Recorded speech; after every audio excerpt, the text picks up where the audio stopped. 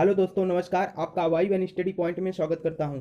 जैसा कि आप सभी को पता है, हम आपको डेली प्रैक्टिस सेट कराते हैं साइंस का, जो कि आपके आने वाले एग्जाम्स हैं, है ना। जैसे एसएससी सीजीएल और एसएससी सीएचएसएल और रेलवे ग्रुप डी और एनटीपीसी। ठीक है, तो साथियों आइए शुरू करते हैं अपनी क्लास। और क्लास को शुरू करने से पहले मैंने आपको प्रैक्टिस सेट नंबर 21 में जो है एक क्वेश्चन पूछ रखा था। वह क्वेश्चन क्या था? क्वेश्चन था कि रतौंधी रोग किस विटामिन की कमी से होती है। तो आप कमेंट करके बताइए कि किस विटामिन की कमी से रतौंधी रोग होती है। तो हम आपको बता दें, जो रतौंधी रोग होता है ना, यह विटामिन ए की कमी से होता है। किसके? विटामिन ए की कमी से क्या होता है? रतौंधी रोग होता है। ठीक है साथियों, तो आइए शुरू करते हैं आज का सेशन। आज का सेशन क्या है? ठीक, और सेशन शुरू करने से पहले मैंने आपको बता दूं, यहाँ पर मैंने आपको प्रैक्टिस सेट कराया है 21 नंबर। ठीक है, अगर आप यह प्रैक्टिस सेट ना किए हो तो आप हमारे प्लेलिस्ट में जाकर वहां से ये प्रैक्टिस सेट कर सकते हैं, और इसमें मैंने आपको 20 क्वेश्चन कराया हुआ है। ठीक है, तो साथियों आइए शुरू करते हैं आज का सेशन। जैसा कि आपको पता है, हम सेशन शुरू करने से पहले आपको कुछ मोटिवेशनल कुछ पॉइंट बताते हैं ना। तो देखिए क्या है, कुछ हंसकर बोल दिया करो, कुछ हंसकर बोल दिया करो, कुछ हंसकर टाल दिया करो, कुछ हंसकर बोल दिया करो, कुछ हंसकर टाल दिया करो। परेशानियां तो बहुत हैं यहाँ, परेशानियां तो बहुत हैं यहाँ, कुछ वक्त पर टाल दिया करो, कुछ वक्त पर टाल दिया करो। तो ठीक है साथियों, तो हमारे कहने का मतलब, आपके पास कुछ ऐसी परेशानियां आती हैं जो आपको भ्रमित करती हैं। ठीक है, तो हमारे और आपका बस यही दायित्व होता है कि परेशानियां आए लेकिन उसका डट कर मुकाबला करना चाहिए। तो साथियों आइए शुरू करते हैं इसी के साथ क्लास। देखिए पहला क्वेश्चन क्या कह रहा है, आपके स्क्रीन पर दिख रहा है। कह रहा है कि परम शून्यताप क्या है? परम शून्यताप क्या है? देखिए पहला ऑप्शन क्या कह रहा है, किसी भी तापमान पैमाने का आरंभिक बिंदु, और दूसरा कह रहा है सैद्धांतिक रूप से न्यूनतम संभव तापमान, और तीसरा कह रहा है वह तापमान जिस पर सभी द्रव पदार्थों के वाष्प जम जाते हैं, है ना। और चौथा क्या कर रखा है, कह रहा है कि वह तापमान जिस पर सभी पदार्थ वाष्पीय अवस्था में होते हैं। तो साथियों इसमें आपको बताना है कि परम शून्य ताप क्या है, ये पूछ रखा है। तो आपको मैं यह बता दूं कि जो सैद्धांतिक रूप से न्यूनतम संभव ताप हो सकता है वही आपका परम शून्य ताप होता है। ठीक है साथियों, और आपको पता है परम शून्य ताप क्या होता है? 0 सेंटीग्रेड होता है। क्या? 0 सेंटीग्रेड, है ना। अगर हम केल्विन में बात करें तो क्या हो जाएगा आपका? 273 केल्विन। ठीक है, क्या हो जाएगा? 273 केल्विन हो जाएगा, और 0 सेंटीग्रेड होता है क्या? आपका परम शून्य ताप। ठीक साथियों, आपका राइट आंसर क्या हो जाएगा? बी हो जाएगा। ठीक, आगे देखते हैं आगे क्या कर रखा है क्वेश्चन में। आगे देखिए क्या कर रखा है, कैलोरी कैलोरीमीटर सामान्यतः बनता है, कैलोरीमीटर सामान्यतः बनता है किससे बनता है? आपको ये बताना है। देखिए पहला कर रखा है तांबे से, और दूसरा कर रखा है पीतल से, तीसरा कर रहा है एल्युमिनियम, चौथा कर रहा है जस्ता से। तो देखिए जो आपका कैलोरीमीटर बनता है वो जो है आपका तांबे से बनता है। आपका राइट आंसर इसमें क्या हो जाएगा? ए हो जाएगा साथियों। अगर आपको क्वेश्चन आ रहा है तो जरूर कमेंट करके बताइए, ताकि आपको अपना इसमें पता चलता रहे कि आप कितने क्वेश्चन इसमें अटेंड कर पा रहे हैं, है ना। तो साथियों आइए शुरू करते हैं। अगला क्वेश्चन देखते हैं क्या है। अगला क्वेश्चन देखिए क्या है, कह रहा है कि एक कृषिका उत्सर्जित करता है। ये बहुत ही इंपॉर्टेंट क्वेश्चन है, क्योंकि ये हमने देखा है बहुत बार आपके एग्जाम में क्या है, रिपीट किया हुआ क्वेश्चन है। तो देखिए पहला क्या कर रखा है कि सभी तरंग दैर्ध्य का विकिरण, सभी तरंग दैर्ध्य का विकिरण, और दूसरा कह रहा है कोई विकिरण नहीं करता, कोई विकिरण नहीं करता, और तीसरा करा केवल एक तरंग दैर्ध्य का विकिरण, और चौथा करा त्वरित तरंग दैर्ध्य का विकिरण। तो देखिए अगर हम तरंग दैर्ध्य की बात करें, है ना, सभी तरंग दैर्ध्य का विकिरण होगा तभी हम क्या वहां पर कृष्णिका उत्सर्जित तो करता है। ठीक है साथियों, तो आपका इस क्वेश्चन की बात करें तो इसमें राइट आंसर क्या हो जाएगा? आपका ए हो जाएगा। ठीक, क्या? ए हो जाएगा।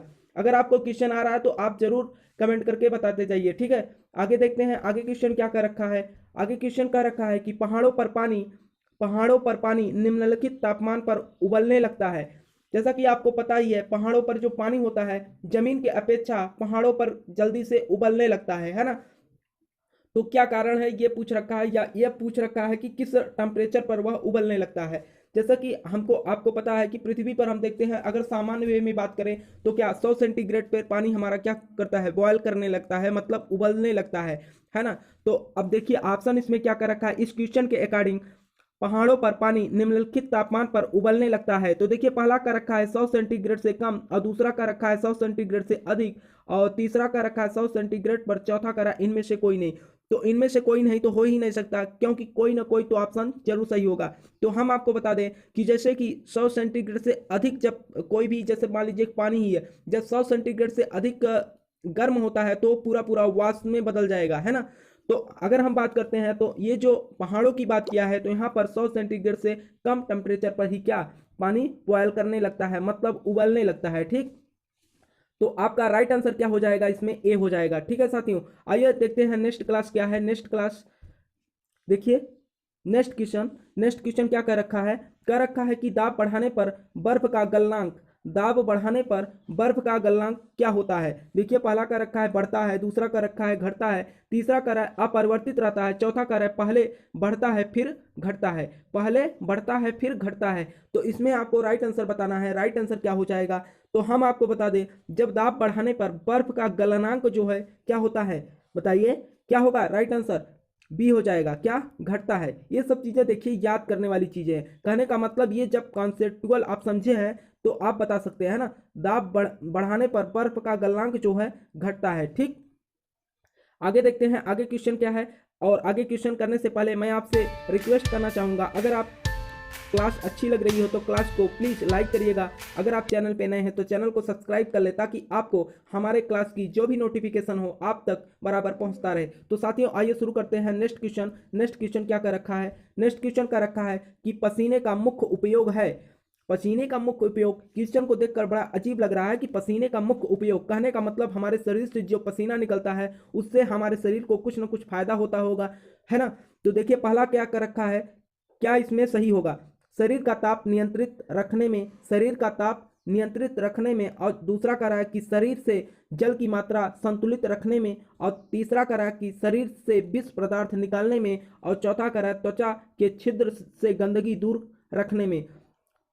ठीक, तो इसमें आपको बताना है कि राइट आंसर क्या हो जाएगा। ठीक है, शरीर का ताप नियंत्रित करने में, तो देखिए हम कहें कि पसीने से अगर विष निकल जाए तो फिर ऐसी तो बात नहीं। हाँ ये हम कर सकते हैं, कुछ मात्रा में निकलते हैं, लेकिन अगर हम जो हमारे बॉडी से पसीना निकलते हैं ये हमारे टेम्परेचर को, हमारे शरीर के टेम्परेचर को क्या करते हैं, नियंत्रित करते हैं, है ना।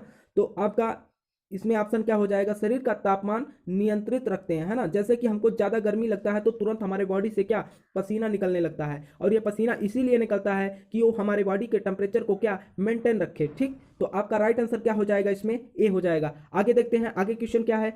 आगे देखिए कह रखा है कि कमरे को ठंडा किया जा सकता है, कमरे को ठंडा किया जा सकता है। ये 4 ऑप्शन दिया है, इन चारों ऑप्शनों में आपको बताना है कि हाँ किस विधि द्वारा कमरे को ठंडा किया जा सकता है। तो देखिए पहला क्या कर रखा है, पहला का रखा है पानी के बहने से, पानी के बहने से, और दूसरा का रहा है संपीड़ित गैस को छोड़ने से, और तीसरा का रहा है रसोई गैस से, चौथा का रहा है ठोस को पिघलाने से। देखिए ऐसा नहीं है कि पानी के बहाने से हमारा कमरा ठंडा हो जाएगा। जैसे कि आपको पता है, जैसे आप एग्जाम्पल के तौर पे समझिए कि जैसे कोई कमरा हो और वो बंद हो, है ना, दरवाजा बंद हो, उसको अचानक खोलिए तो देखिएगा उसमें से कुछ ऐसे क्या है गैस निकलते हैं, है ना। कहने का मतलब उसमें काफ़ी समय से वो गैस इकट्ठे हैं, इसी के कारण क्या वो थोड़ा सा गैस इकट्ठे होने के कारण, एक प्रकार से हम कहते हैं एकत्रित होने के कारण, कुछ समय बाद वो क्या होते हैं, गर्म हो जाते हैं। इसी कारण जब हम दरवाज़ा खोलते हैं तो हमको क्या गर्माहट लगता है। तो ये पूछ क्या रखा है, कह रहा है कि कमरे को ठंडा किया जा सकता है, तो हम एक ही तरीके से कर सकते हैं, उस कमरे के अंदर जो भी संपीड़ित गैस है या एकत्रित गैस है उस गैस को बाहर निकालने के लिए, उस गैस को बाहर निकालने के लिए आप 2-3 तरीके का उपयोग कर सकते हैं, है ना। जैसे कि आप फैन चलाएंगे, जब फैन चलाएंगे जो संपीड़ित गैस है वह बाहर निकल जाएगा। ठीक, जब बाहर निकल जाएगा तो क्या कमरा ठंडा हो जाएगा, है ना। तो आप क्या हो जाएगा इसमें राइट आंसर, संपीड़ित गैस को छोड़ने से, यानी जो एकत्रित गैस है उसे बाहर निकालने से हमारा कमरा क्या हो जाएगा, ठंडा हो जाएगा। ठीक साथियों, आपका राइट आंसर क्या हो जाएगा, बी हो जाएगा। ठीक, आगे आगे देखते हैं आगे क्वेश्चन क्या है।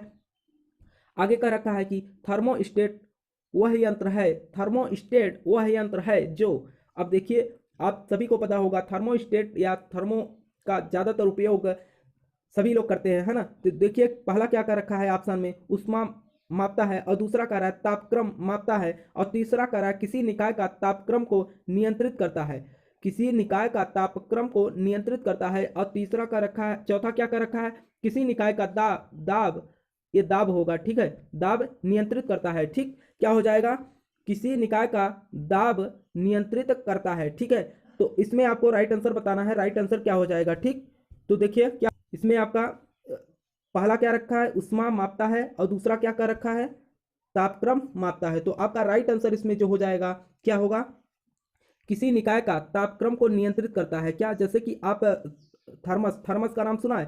थर्मस क्या करता है, कोई भी अगर गर्म अवस्था में अगर आप पानी थर्मस के अंदर डालते हैं तो क्या करता है, जो भी उष्मा है उस पानी के अंदर उसे बाहर नहीं जाने देता और ना ही बाहर के टेम्परेचर को अंदर आने देता है। कहने का मतलब वो एक प्रकार से बॉन्ड बना के रखता है, ना तो ऊर्जा जा सकती है ना तो ऊर्जा आ सकती है। ठीक, आपका राइट आंसर क्या हो जाएगा, सी हो जाएगा। ठीक है, आगे देखते हैं आगे क्या कह रखा है। आगे का रखा है कि चालक की वैद्युत प्रतिरोधकता की इकाई है, क्या है, चालक की वैद्युत प्रतिरोधकता की इकाई क्या होता है? आपको पता है प्रतिरोध का इकाई क्या होता है? प्रतिरोध का जो इकाई होता है वही क्या होता है, वैद्युत प्रतिरोधकता की होती है। तो बताइए, आपको पता होगा प्रतिरोध की इकाई या प्रतिरोध का मात्रक क्या होता है ना? प्रतिरोध का मात्रक क्या होता है? देखिए पहला इसमें का रखा है कि फैराडे, और दूसरा का रखा है वोल्ट, और तीसरा का रहा है एम्पियर, चौथा का रहा है ओम। तो इसमें आपका जो राइट आंसर होगा वो क्या हो जाएगा, जो प्रतिरोध का मात्रक होता है वही वैद्युत प्रतिरोधकता का मात्रक होता है। ठीक है, तो आपका राइट आंसर क्या हो जाएगा, ओम। पता है ना, प्रतिरोध का मात्रक ओम होता है। आपका राइट आंसर इसमें क्या हो जाएगा, डी हो जाएगा। आगे देखते हैं आगे क्वेश्चन क्या कर रखा है। आगे का रखा है कि प्रकाश वर्ष है। प्रकाश वर्ष क्या है? देखिए ये नाम से ऐसा लगता है कि प्रकाश वर्ष जो होगा ये टाइम होगा, लेकिन ऐसा नहीं है। ठीक, इसमें आपको बताना है। देखिए वह वर्ष जिसमें फरवरी 29 दिन की होती है, और दूसरा का रहा है वह वर्ष जिसमें फरवरी 28 की होती है, और तीसरा का रखा है कि वह समय जो सूर्य की किरणें पृथ्वी तक पहुंचने में लेती हैं। कहने का मतलब वह समय जो सूर्य से किरणें पृथ्वी तक पहुंचती हैं, जो समय लगता है उसी को क्या कहते हैं, प्रकाश वर्ष कहते हैं। ये तीसरा ऑप्शन कर रहा है। और चौथा कर रहा है वह दूरी जो प्रकाश एक वर्ष में तय करता है। तो देखिए जो ये प्रकाश वर्ष है ये क्या है, ये दूरी का एक मात्रक है ना? ये क्या है, दूरी का एक मात्रक है।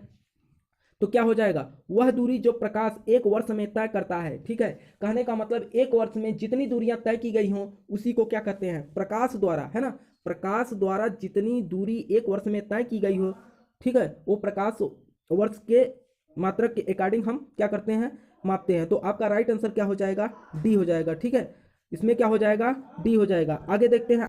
देखिए आगे क्या कर रखा है, आगे कर रहा है कि पारसेक मात्रक है। पारसेक किसका मात्रक है? तो अगर हम बात करें पारसेक की, तो देखिए पहला क्या कर रखा है, दूरी का, और दूसरा कर रहा है समय का, तीसरा कर रहा है प्रकाश की चमक का, और चौथा कर रहा है चुंबकीय बल का, है ना?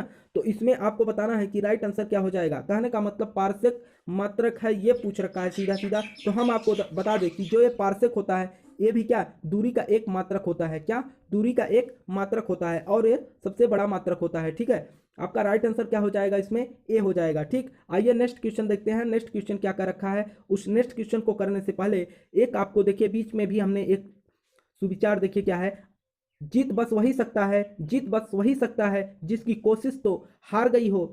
जीत बस वही सकता है जिसकी कोशिश तो हार गई हो, पर वो कोशिश करने से नहीं हारा हो, पर वह कोशिश करने से नहीं हारा हो। ठीक है, तो आइए आगे देखते हैं इसी सुविचार के साथ। आगे क्या है, आगे कर रखा है कि लंबाई की न्यूनतम इकाई है। लंबाई की न्यूनतम इकाई क्या है?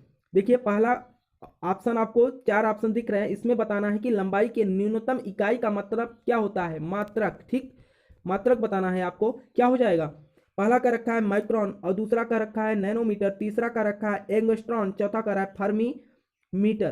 तो आपको बताना है कि लंबाई के न्यूनतम मात्रक के बारे में। तो अगर हम बता दें micron, nanometre, angstrom, fermi metre, है ना? फर्मी मीटर जो होता है लंबाई की सबसे छोटी मात्रक होती है। ठीक, इस फर्मी की सहायता से हम छोटे माप को माप सकते हैं। ये कहिए कि जब इन तीनों से क्या संभव न हो मापना, तब हम फर्मी मीटर का उपयोग करते हैं। ठीक है, आइए आगे देखते हैं आगे क्वेश्चन क्या है।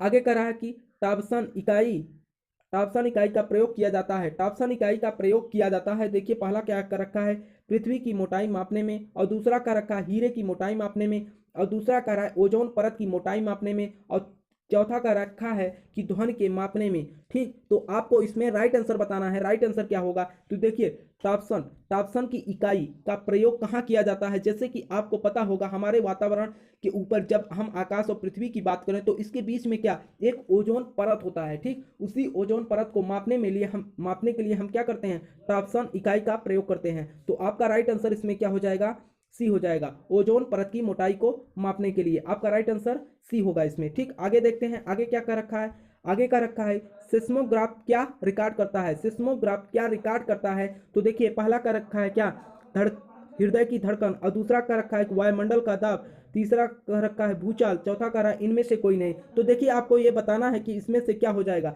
हृदय की धड़कन, वायुमंडल का दबाव, भूचाल, और चौथा का रहा है इनमें से कोई नहीं। तो आपको बताना है, तो हम आपको बता दें सिस्मोग्राफ क्या रिकॉर्ड करता है। जैसे कि हृदय की धड़कन की बात करें या भूचाल, भूचाल का नाम सुना है, जैसे कि भूकंप आता है या कुछ ऐसे आहट होते हैं कि जो कि समुद्र में भी होते हैं ना, तो भूचाल को मापने के लिए क्या किया जाता है, सिस्मोग्राफ क्या करता है, ये रिकॉर्ड कर लेता है या माप लेता है ना। तो आपका राइट आंसर क्या हो जाएगा, सी हो जाएगा। आगे देखते हैं आगे क्या कर रखा है।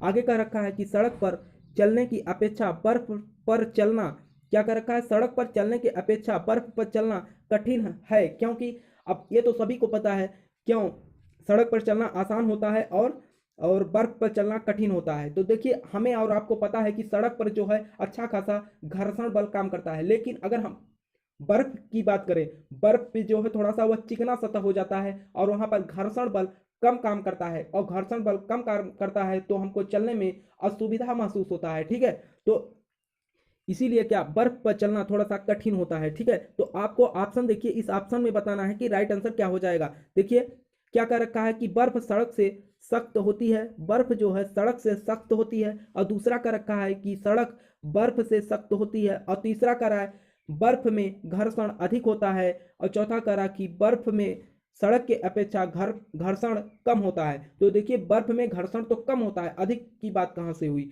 बर्फ बर्फ में सड़क की अपेक्षा घर्षण कम होता है। ठीक है, तो आपका राइट आंसर क्या हो जाएगा, बी हो जाएगा। हमने आपको बताया कि क्या बर्फ में जो है घर्षण बल कम लगता है, और सड़क की बात करें वहां पर घर्षण बल अच्छा काम करता है ना। इसीलिए हम कह सकते हैं कि सड़क के अपेक्षा अगर हम बर्फ पे चलते हैं तो हमको क्या थोड़ा असुविधा महसूस होता है। तो इसमें राइट आंसर आपका क्या हो जाएगा, डी हो जाएगा। ठीक है, आगे देखते हैं, और ये था आपका लास्ट क्वेश्चन। आगे देखते हैं, आगे एक मैं आपको होमवर्क का क्वेश्चन देता हूं, है ना। तो देखिए होमवर्क में आज का क्वेश्चन क्या है, आपको यह क्वेश्चन कमेंट करके बताना है कि हाँ इसका राइट आंसर क्या होगा। ठीक है, अगर आपको आ रहा हो तो तुरंत बताइए, अगर नहीं आ रहा हो तो इसको थोड़ा सा जानकारी करके तब बताइएगा। ठीक है, तो देखिए क्या कर रखा है आज का क्वेश्चन, कह रहा कि मनुष्य में सबसे छोटी हड्डी कहाँ पाई जाती है। मनुष्य में सबसे छोटी हड्डी कहाँ पाई जाती है, ये बताना है ना। तो ये क्वेश्चन का जवाब आप जरूर कमेंट करके बताना, और अगर आप हमारे चैनल पे पहली बार है तो हमारे चैनल को सब्सक्राइब कर ले, ताकि आपको हमारे क्लास की नोटिफिकेशन बराबर मिलता रहे और आप प्रैक्टिस करते रहें। अगर आपको क्लास अच्छी लगी हो तो क्लास को प्लीज़ लाइक जरूर करिएगा। तब तक के लिए नमस्कार।